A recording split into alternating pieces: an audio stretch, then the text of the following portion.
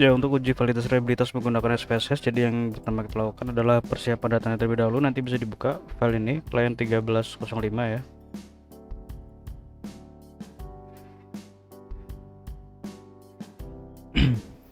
Jadi datanya ini. Nah, untuk kemudian nanti masing-masing dari variabelnya ini kita totalkan ya. Nah, kita totalkan seperti ini. Di sini juga ada rumusnya, nanti bisa diikuti. Nah, kemudian setelah ditotalkan seperti ini, lalu kita buka aplikasi SPSS-nya. Di sini saya menggunakan SPSS versi 30.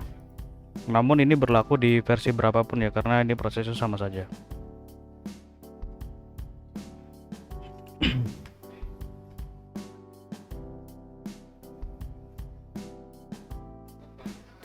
Akan muncul tampilan seperti ini. Kita masuk ke variable view. Nah, ini kita copy ya dari FWA1 sampai ke THPN. Kita copy seluruhnya seperti ini, kemudian kita paste di name.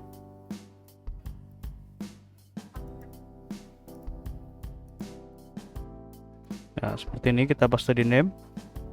Selanjutnya kita copy juga keterangan dari variabelnya. Kalau ini kan hanya singkatannya ya.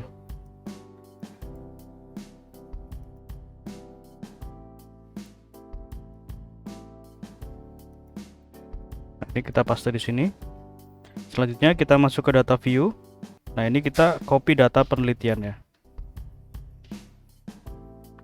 Dari sini ya, dari FBA1 sampai ke total skornya. Nah, kita blok seperti ini, kemudian copy, lalu kita pastekan di sini. Oke, seperti ini. Nah, ini sudah bisa kita lakukan analisis ya.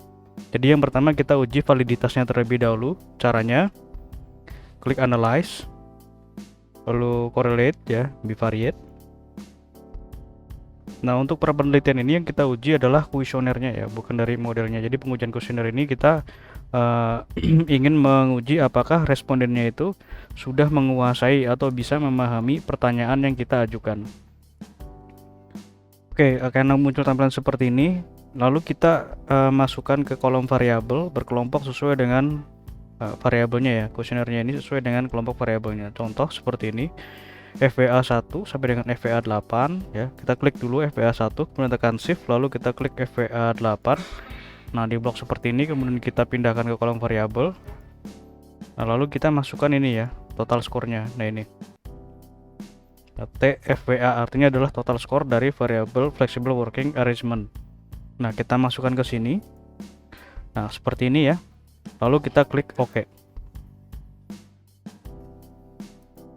Nah, ini adalah uji validitasnya. Kemudian nanti kita uji juga ya reliabilitas. Caranya seperti ini, analyze, kemudian scale, reliability analysis. Nah, sama seperti tadi caranya, kita masukkan berkelompok sesuai dengan variabelnya FVA1 sampai dengan FVA8. Nah, seperti ini. Nah, untuk uji reliabilitas itu tidak ditambahkan total skor ya, jadi hanya skor dari masing-masing kuesionernya saja, seperti ini. Kemudian klik OK. Nah, ini adalah untuk uji reliabilitasnya menggunakan nilai Crobak Alpha. Oke, kita interpretasikan ya. Nah, pada tabel uji validitas ini ya, validitas person ini. Nah, yang kita perhatikan di sini hanya tabel yang paling kanan. Nah, ini yang flexible working arrangement. Nah, ini ya, yang kanan ini. Jadi, yang kita perhatikan hanya nilai sig-nya saja. Ya, ini sig to tilt ya. Jadi untuk nilai R ini tidak bisa kita perhatikan sebagai data pelengkap saja. Karena kita menggunakan SPSS, jadi kita perhatikan langsung ke nilai sig-nya saja. Nah, sig ini harus lebih kecil dari 0,05 baru dikatakan signifikan. Ini ya, jadi ini untuk yang FVA. Nah, ini seluruhnya sudah lebih kecil dari 0,05, maka dapat dikatakan untuk variabel untuk kuesionernya ini seluruhnya berada dalam kategori yang valid ya. Seperti itu. Nah, kemudian untuk uji reliabilitas. Untuk uji reliabilitas yang kita perhatikan di sini adalah nilai dari ini ya. Nilai dari kerombak alpanya. Nah, ini nilai kerombak alpha atau ya gini ya. Nah, Uji reliabilitas menggunakan kelompok alpha ini nilainya harus di atas 0,6 baru dikatakan reliable. Nah, kita lihat untuk kelompok alpha di variabel FVA ini 0,9, maka untuk FVA ini dikatakan reliable ya, seperti itu. Nah, untuk pengujian variabel lainnya caranya sama, analyze, correlate, bivariate. Nah, kita uji validitasnya terlebih dahulu. Ini bisa kita reset, kita masukkan WLB ya. Nah, WLB seperti ini. Kemudian kita uji reliabilitasnya.